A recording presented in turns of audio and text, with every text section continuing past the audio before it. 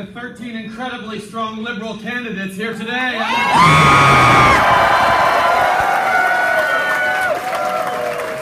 And mostly, thank you, Prime Minister Chrétien, for joining us and for your inspiring words. Vous savez, Monsieur Chrétien est quelqu'un d'extraordinaire qui a servi son pays, qui demeure toujours engagé, intéressé, passionné par l'avenir du pays, passionné par l'avenir du Parti libéral, passionné par l'avenir des Canadiens, et c'est ce qu'il a démontré encore une fois aujourd'hui.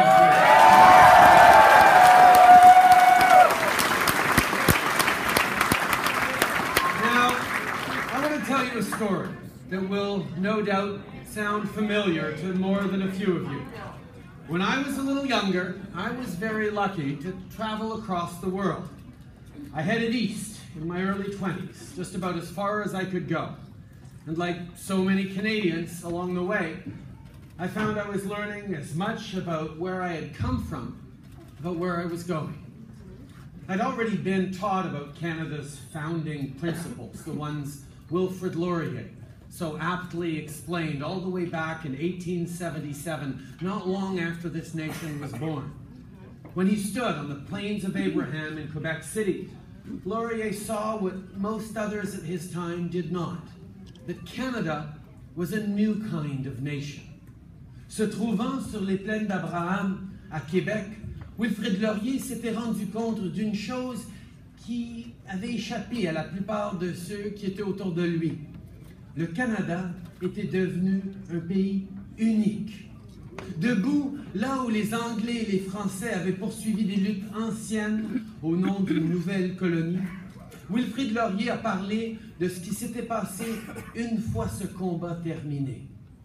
Dans quel autre pays, s'était-il demandé, un monument ferait-il une place égale aux deux adversaires d'une telle bataille, où les noms des adversaires jouiraient de la même reconnaissance, du même respect?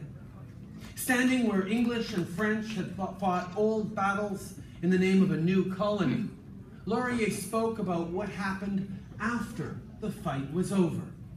In what other country, Laurier asked, would a monument commemorate both sides of such a battle, where the names of each side would be equally honored and equally respected? Yep. In that moment, Laurier wasn't looking back at a war between the English and the French. He was looking forward to a united country.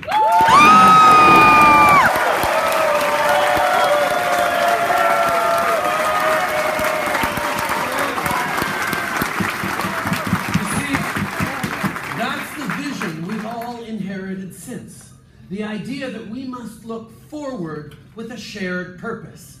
And generation after generation of new Canadians have renewed that inheritance over and over again. It is this leadership and this vision of Canada that has made us a nation with two official languages, that has given us our shared institutions, that gave us our Charter of Rights, a document that guarantees freedom from every possible culture, religion, and ethnicity.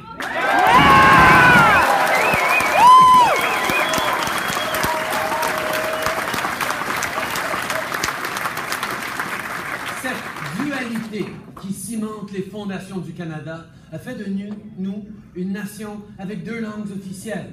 Elle nous a donné nos institutions. Elle nous a donné la Charte des droits qui protège les libertés de tous, peu importe leur culture, leur origine, leur religion.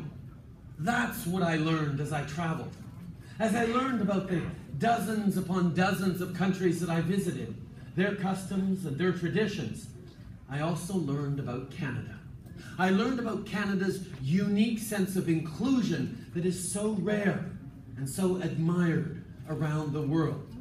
I learned that our drive to always move forward, to progress as a people and as a nation, has always been because of our openness. Yes. That we are strong not in spite of our individual differences, but because of them.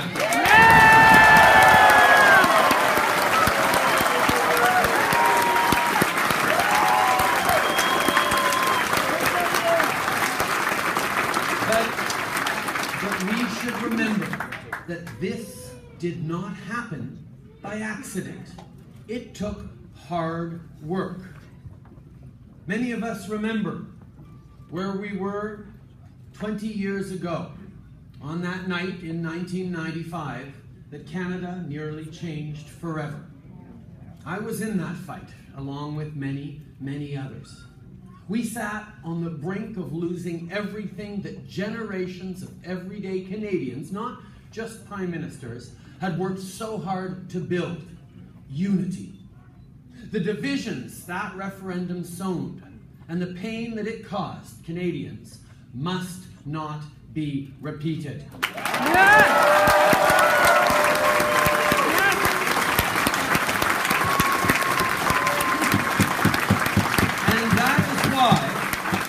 After the Supreme Court required a clear majority on a clear question on succession, Prime Minister Chrétien's government adopted the Clarity Act. To protect the rights of Quebecers, to protect all we have built together. Yes.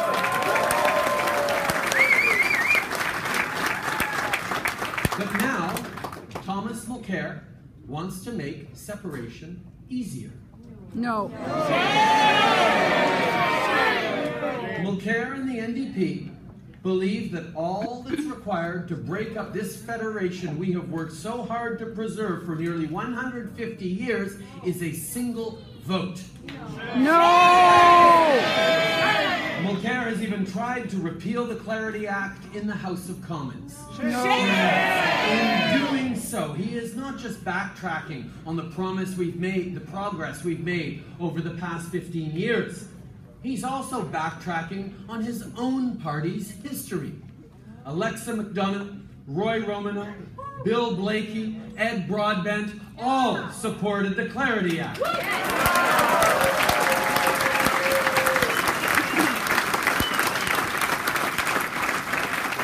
Mulcair, he wants to roll the dice.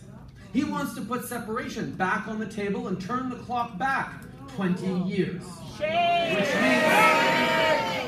Which means all of Thomas Mulcair's experience in politics has simply taught him one thing: to play politics with anything and everything.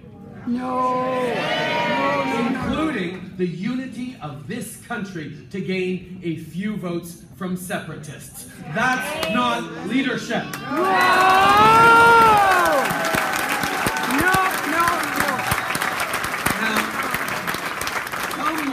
Will tell you that he remembers that night in 1995 as well as anyone else. So he should know better than most the consequences of what he is recklessly proposing. Yeah. So I don't know about you, but I think that any prime minister or anyone who wants to be prime minister should be ready to fight to keep Canada together. They shouldn't make it easier to tear it apart. Yes!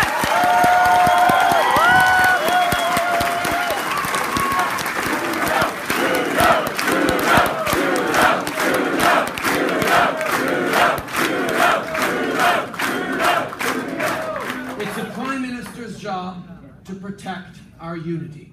It's a prime minister's job to build a better Canada for everyone.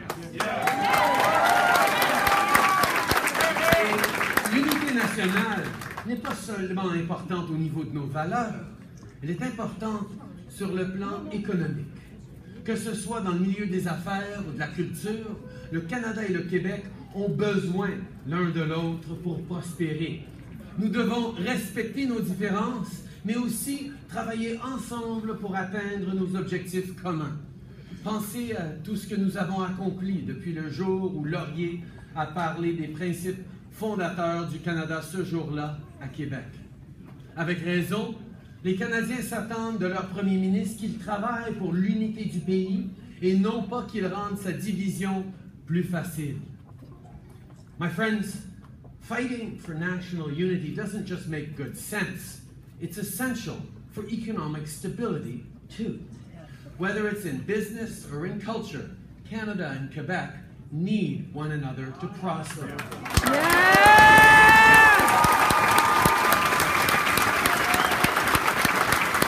We must respect the differences we have, but we must work together to achieve our common objectives. Think about all that we have done since Laurier spoke about Canada's founding principles that day in Quebec City. How we've come together to fight for peace. How we've tackled injustice together. How we've prospered as a nation united. This is the most harmonious, diverse country on earth. Yes!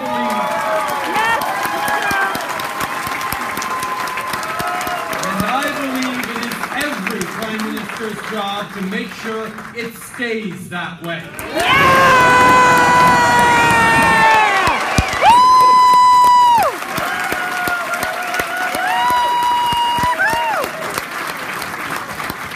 Après 10 longues années, nous connaissons les conservateurs. Divisés pour mieux régner. Les Canadiens en ont assez. Il est temps pour un réel changement. Il est temps pour un leadership honnête, ambitieux et rassembleur. Thomas Mulcair ne peut pas donner ça aux Canadiens parce qu'il est fait sur le même moule que M. Harper. C'est la vieille façon de faire la politique. My friends, after 10 long years, we know what we get with the Harper Conservatives. Divisive politics that pit one region against another. Divisive language that encourages Canadians to be fearful of one another. Canadians have had enough.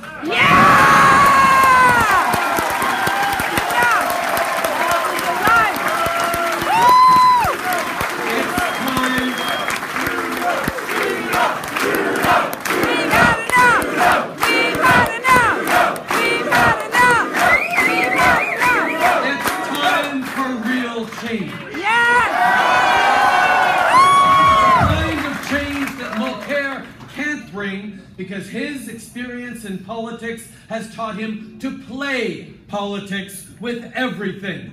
I know we can do a lot better. This is Canada, and we know what Laurier knew. We know what Prime Minister Chrétien knows. Better is always possible.